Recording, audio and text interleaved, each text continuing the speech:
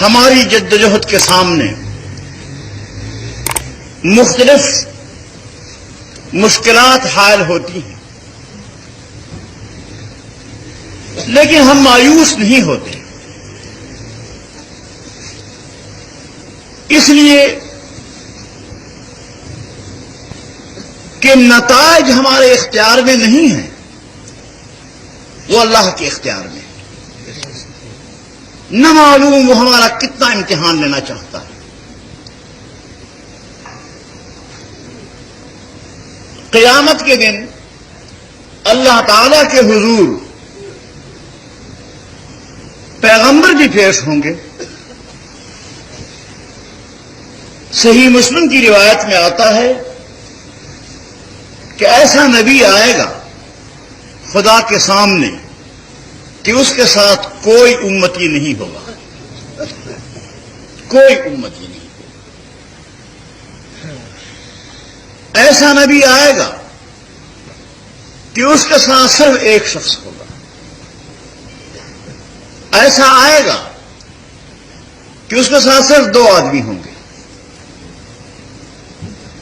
ایسا آئے گا کہ اس کے ساتھ 7-8 آدمی کی جماعت ہوگی۔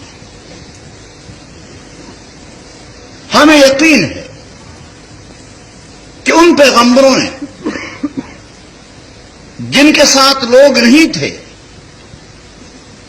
اپنے مشن کو تکمیل تک پہنچانے میں پوری زندگی صرف کر دی۔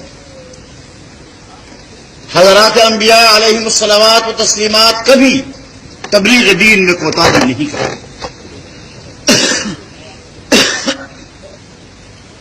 یہ بہت بڑی غلط بیانی ہے کہ یہ کہا جائے کہ فلاں پیغمبر نے تبلیغ دین میں کوتاہی کی۔ کوئی پیغمبر تبلیغ دین میں کوتاہی نہیں کر سکتا۔ اس پیغمبر نے پوری عظمت کے ساتھ، پوری ہمت کے ساتھ نبوت کے شان کو ملحوظ رکھتے ہوئے اللہ کی دعوت پہنچائی، لیکن دل خدا کے ہاتھ میں ہے، نتائج اللہ کے ہاتھ میں ہے۔ ان قلوب بنی آدم بین اصبعی الرحمن یقلبها کیف یشاء۔ بنی آدم کے دل اللہ تعالیٰ کی 2 انگلیوں کے درمیان میں ہیں، جیسے چاہے پھیر دیتا ہے۔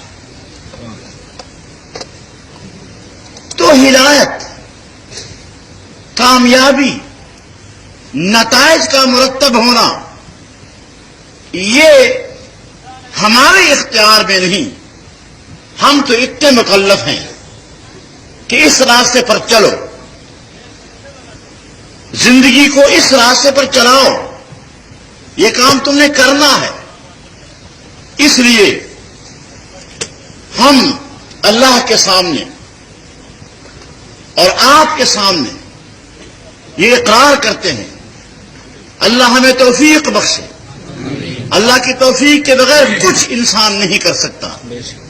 ہم یہ اقرار کرتے ہیں کہ انشاءاللہ ہماری زندگیاں وقف ہیں اور ہم نے اسلام کے نظام کو یہاں قائم کرنا ہے۔ میرے محترم دوستو، مجھے بڑا افسوس ہے کہ یہ اقتدار، پاکستان کا جو اقتدار آپ کے سامنے ہے، یہ کیا چیز ہے؟ اس اقتدار کو بچانے کے لیے، کرسی کے تحفظ کے لیے جو آتا ہے وہ اس کو زندگی کا مقصد بنا دیتا ہے۔ ہر ایک شخص جب آتا ہے سمجھتا ہے کہ بس میں نے اس کرسی سے اترنا نہیں، کچھ ہو جائے، لیکن میں جانتا ہوں کہ اقتدار کا انجام کیا ہوتا ہے۔ اقتدار کا انجام کیا ہوتا ہے میں جانتا ہوں، آپ بھی جانتے ہیں۔ میرے محترم دوستو، یہاں پر پاکستان کے پہلے وزیر اعظم خان لیاقت علی خان مرحوم، ان کا انجام کیا ہوا؟ ایک بدو شخص نے لیاقت باغ راولپنڈی میں عام جلسے پر اسے گولی مار دی۔ اور بےکس کی لاش پڑی رہتی ہے۔ میرے محترم دوست، اس کے بعد ایک شخص کا ذکر میرے عزیز ندیم صاحب نے کیا تھا، جنرل غلام محمد۔ غلام محمد اسے مرد آہن کہتے تھے، تھا مخلوج، لعاب اس کا یہاں بہتا تھا، اپنے لعاب کو روک نہیں سکتا تھا، لیکن اسے مرد آہن کہا جاتا تھا۔ اس کے حواریین کہتے کہ آپ جیسا مضبوط ترین آدمی، آپ جیسے اعصاب کا کوئی آدمی نہیں، جبکہ اس کے اعصاب مفلوج تھے۔ وہ خوش تھا کہ واقعی مجھ جیسے مضبوط اعصاب کا کوئی آدمی اس دنیا میں نہیں۔ اس کا حشر کیا ہوا؟ زبردست اس کے سینے پر پستول رکھ کر اسے استعفیٰ لکھوایا گیا، اگر آپ کو یاد ہو۔ اور پھر جب وہ آنجہانی ہوئے تو گوروں کے قبرستان میں اس کی قبر بنی۔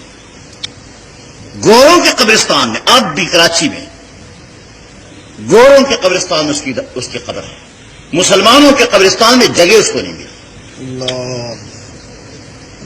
اس کے بعد جناب سکندر مرزا تشریف لائے۔ سکندر مرزا صاحب کو یہاں سے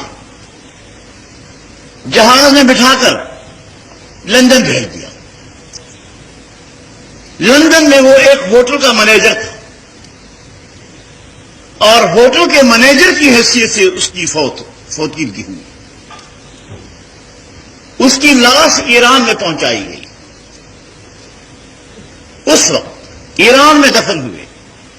آج آپ کو پتا ہے چند دن قبل اخبارات میں آیا کہ ایران کے لوگوں نے قبر کھود کر اس کی لاش اور ٹکڑے باہر پھینک دیے اور کہا کہ یہ غدار ایران کی زمین میں دفن نہیں ہو سکتا۔ یہ اس کا حشر۔ اس کے بعد ایوب خان آیا۔ ایوب خان غریب، بڑی مشکل سے 10 سال گزار گیا، جشن بھی منایا 10 سالہ،